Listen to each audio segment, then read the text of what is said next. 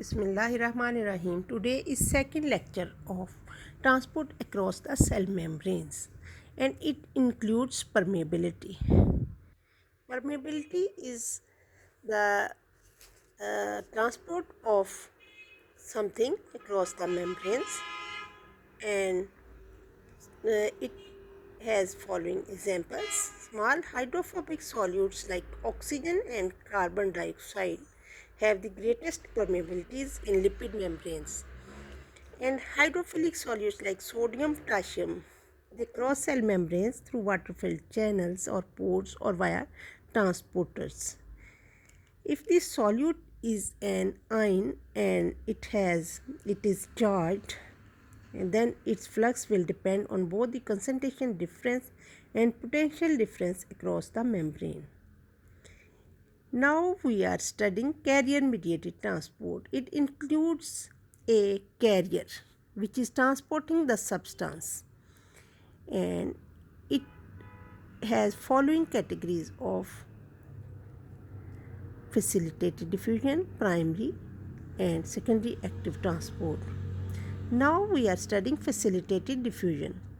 Facilitated diffusion is facilitated by something and it occurs down an electrochemical gradient similar to simple diffusion. It does not require metabolic energy, is more rapid than the diffusion, simple diffusion, and it is carrier mediated. Examples of facilitated diffusion are glucose transport in the muscle and adipose cells is downhill, is carrier mediated and is inhibited by sugars such as galactose. Therefore, it is categorized as facilitated diffusion because the carriers for facilitated diffusion of glucose require insulin. So here we end with facilitated diffusion. Now we are starting primary active transport. This is the transport which is active and against the electrochemical gradient. That is, it is the first transport which occurs uphill. It requires direct input of metabolic energy in the form of ATP, and it is carrier mediated, therefore exhibits the characteristics of carrier mediated diffusion. And examples of primary active transport are sodium potassium ATPase or sodium potassium pump. In the cell membranes, it transports sodium from intracellular to extracellular and potassium from extracellular to intracellular fluid. It maintains low intracellular sodium and high intracellular potassium. Both sodium and potassium are transported against their electrochemical gradients. Energy is provided from ATP. And other examples of this primary active transport are calcium ATPase or calcium pump in the sarcoplasmic reticulum or cell membranes transports calcium against an electrochemical gradient. Sarcoplasmic and endoplasmic reticulum calcium ATPase is called SARCA. And third example of primary active transport is hydrogen potassium ATPase or proton pump in the gastric parietal cells. And renal alpha intercalated cells transports hydrogen ion into the lumen of the stomach or renal tubule against its electrochemical gradient.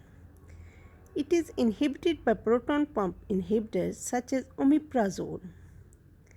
Here we end with primary active transport and start with secondary active transport. Secondary active transport has following characteristics: is transport of two or more solutes and is coupled.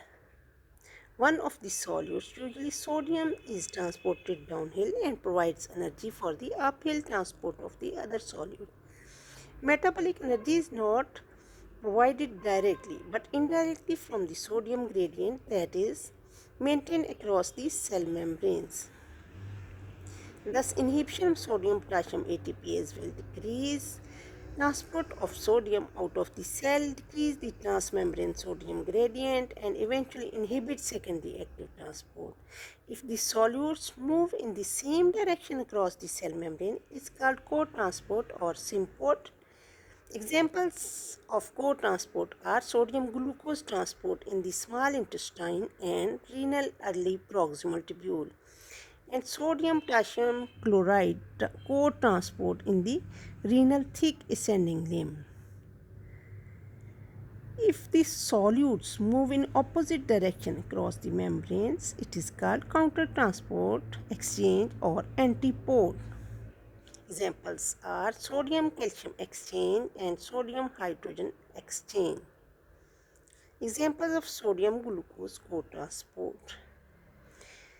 The carrier for sodium glucose co-transport is located in the luminal membrane of intestinal mucosal and renal proximal tubule cells.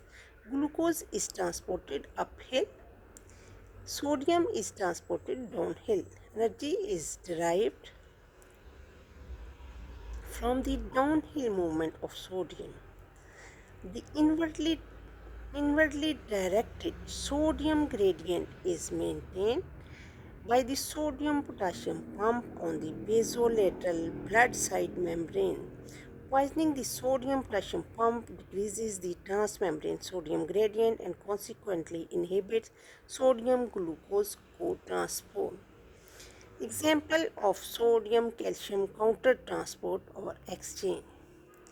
In this example, we will study many cell membranes contain a sodium-calcium exchanger that transports calcium uphill from low intracellular calcium to high extracellular calcium. Calcium and sodium move in opposite direction across the cell membrane. The energy is derived from the downhill movement of sodium as with co-transport. The inwardly directed sodium gradient is maintained by the sodium-potassium pump. Poisoning the sodium-potassium pump therefore inhibits sodium-calcium exchange. Now we are studying osmosis. Osmosis is the concentration of osmotically active particles in a solution. Osmosis and osmotic pressure. Osmosis is the flow of water across a semi-permeable membrane from a solution with low solute concentration to a solution with high solute concentration. Examples of osmosis are solutions 1 and 2 are separated by semi-permeable membrane. Solution 1 contains a solute that is too large to cross the membrane. Solution 2 is pure water. The presence of the solute in solution 1 produces an osmotic pressure. The osmotic pressure difference across the membrane causes water to flow from solute 2, which has no solute, and the lower osmotic pressure to solution 1, which has the solute and the higher osmotic pressure. With time, the volume of solution 1 increases and volume of solution 2 decreases.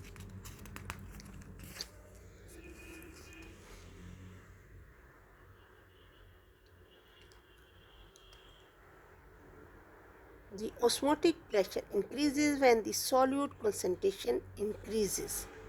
A solution containing 1 m CaCl2 has a higher osmotic pressure than does a solution of 1 m KCl because for a given volume the number of osmotically active particles is higher. The higher the osmotic pressure of a solution, the greater the water flow into it.